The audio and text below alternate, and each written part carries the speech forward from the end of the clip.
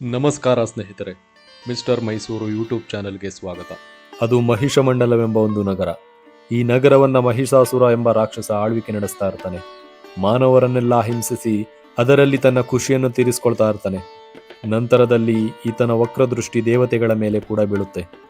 ಮಾನವರನ್ನ ಭೂಲೋಕವನ್ನ ನಿಯಂತ್ರಿಸುತ್ತಿರುವಂತಹ ನಾನು ಆ ದೇವತೆಗಳಿಗೆ ಏಕೆ ಹೆದರಬೇಕು? ಇಲ್ಲಿ ನಾನೇ ದೇವರು, ಎನಗಿಂತ ಬೇರೆ ದೇವರಿಲ್ಲ, ಅವರನ್ನು ನಾನು ನನ್ನ ಕಪಿಮುಷ್ಟಿಗೆ ತೆಗೆದುಕೊಳ್ಳಬೇಕೆಂದು ಬ್ರಹ್ಮದೇವರನ್ನ ಕುರಿತು ಕಠಿಣ ತಪಸ್ಸನ್ನು ಆಚರಿಸ್ತಾನೆ.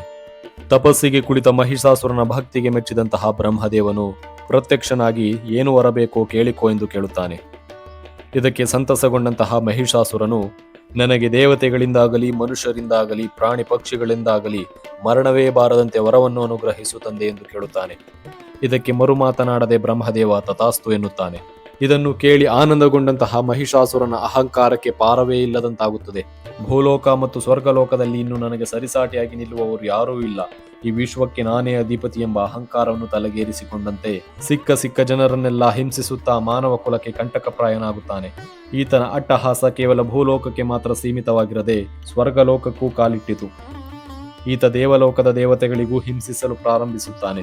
ಈತನ ದಾಳಿಯನ್ನು ತಾಳಲಾರದೆ ದೇವತೆಗಳೆಲ್ಲರೂ ಸೇರಿ ಶಿವನ ಪತ್ನಿ ಪಾರ್ವತಿ ದೇವಿಯ ಮೊರೆ ಹೋಗುತ್ತಾರೆ. ದೇವತೆಗಳ ಮೊರೆಯನ್ನಾಲಿಸಿದಂತಹ ದೇವಿ ಪಾರ್ವತಿಯು ಮಹಿಷಾಸುರನು ಬ್ರಹ್ಮದೇವನನ್ನು ಕುರಿತು ತಪಸ್ಸು ಮಾಡಿ ವರ ಪಡೆದಿರುವ ಬಗ್ಗೆ ತಿಳಿದುಕೊಳ್ಳುತ್ತಾಳೆ.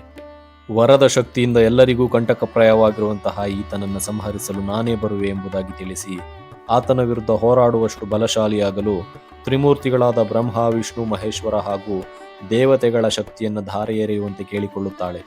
ಹೀಗೆ ಎಲ್ಲಾ ದೇವತೆಗಳ ಶಕ್ತಿಯನ್ನು ಪಡೆದು ಪಾರ್ವತಿ ದೇವಿಯು ಚಾಮುಂಡೇಶ್ವರಿಯ ರೂಪವನ್ನು ಪಡೆಯುತ್ತಾಳೆ. ಮಹಿಷನ ರುಂಡವನ್ನು ಚೆಂಡಾಡಲು ಮಹಾಕಾಳಿಯಾಗುತ್ತಾಳೆ. ಹೀಗೆ ಚಂಡಿಯಾದಂತಹ ದೇವಿ ಪಾರ್ವತಿಯು ನೇರವಾಗಿ ಮಹಿಷನನ್ನು ಎದುರಿಸಲು ಆತನೊಂದಿಗೆ ಯುದ್ಧಕ್ಕೆ ನಿಲ್ಲುತ್ತಾಳೆ. ಇಬ್ಬರ ನಡುವೆ ನಡೆದಂತಹ ಭೀಕರ ಕಾಳಗ ಬರೋಬ್ಬರಿ 10 ದಿನಗಳ ಕಾಲ ನಡೆಯುತ್ತದೆ. ದೇವಿ ಚಾಮುಂಡಿಯು ಒಂದೊಂದು ದಿನಕ್ಕೆ ಒಂದೊಂದು ದೇವಿಯ ಅವತಾರವೆತ್ತಿ ಯುದ್ಧದಲ್ಲಿ ಹೋರಾಡುತ್ತಾಳೆ. ಸತತ 9 ದಿನಗಳ ಯುದ್ಧದ ನಂತರ 10ನೇ ದಿನದಂದು ಚಾಮುಂಡೇಶ್ವರಿ ದೇವಿಯು ಮಹಿಷನನ್ನು ಕೊಲ್ಲುತ್ತಾಳೆ. ಇವರಿಬ್ಬರ ನಡುವಿನ ಯುದ್ಧ 10 ದಿನಗಳ ಕಾಲ ನಡೆದ ಕಾರಣ ಇದರ ನೆನಪಿಗಾಗಿ ನವರಾತ್ರಿಗಳಲ್ಲಿ ನವಶಕ್ತಿಯರ ಪೂಜೆ ಹಾಗೂ 10ನೇ ದಿನ ಅಧರ್ಮದ ವಿರುದ್ಧ ಸತ್ಯ ಗೆಲುವು ಸಾಧಿಸಿದ ಸಂಕೇತವೆಂಬಂತೆ ವಿಜಯದಶಮಿಯನ್ನು ಆಚರಿಸುತ್ತಾ ಬರಲಾಗಿದೆ. ಮಹಿಷಮಂಡಲವಾಗಿದ್ದಂತಹ ಆ ಊರು ಮಹಿಷಪುರವಾಗಿ, ಮಹಿಷೂರು ಆಗಿ ನಂತರದಲ್ಲಿ ಈಗಿನ ಮೈಸೂರು ಆಯಿತು.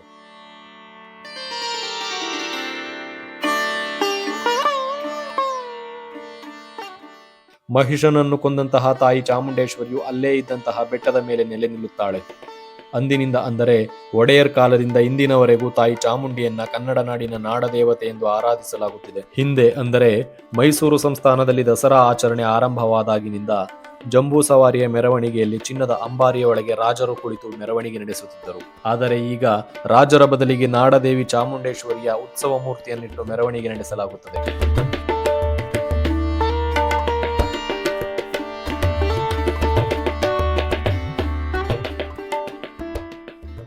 ನೋಡಿದ್ರಲ್ಲ ಸ್ನೇಹಿತರೆ, ಇದಿಷ್ಟು ತಾಯಿ ಚಾಮುಂಡೇಶ್ವರಿ ಬೆಟ್ಟದ ಮೇಲೆ ಬಂದು ನೆಲೆಸಿದಂತಹ ಕತೆ. ಈ ಮಾಹಿತಿ ನಿಮಗೆ ಇಷ್ಟವಾಗಿದ್ದಲ್ಲಿ ತಪ್ಪದೇ ಮಿಸ್ಟರ್ ಮೈಸೂರು ಯೂಟ್ಯೂಬ್ ಚಾನಲ್ಗೆ ಸಬ್ಸ್ಕ್ರೈಬ್ ಮಾಡಿ ಮತ್ತು ಪಕ್ಕದಲ್ಲಿರುವಂತಹ ಬೆಲ್ ಐಕಾನ್ ಮೇಲೆ ಕ್ಲಿಕ್ ಮಾಡಿ. ಮುಂದಿನ ವಿಡಿಯೋದಲ್ಲಿ ಮತ್ತೊಂದು ಮಾಹಿತಿಯೊಂದಿಗೆ ಸಿಗೋಣ. ಧನ್ಯವಾದಗಳು.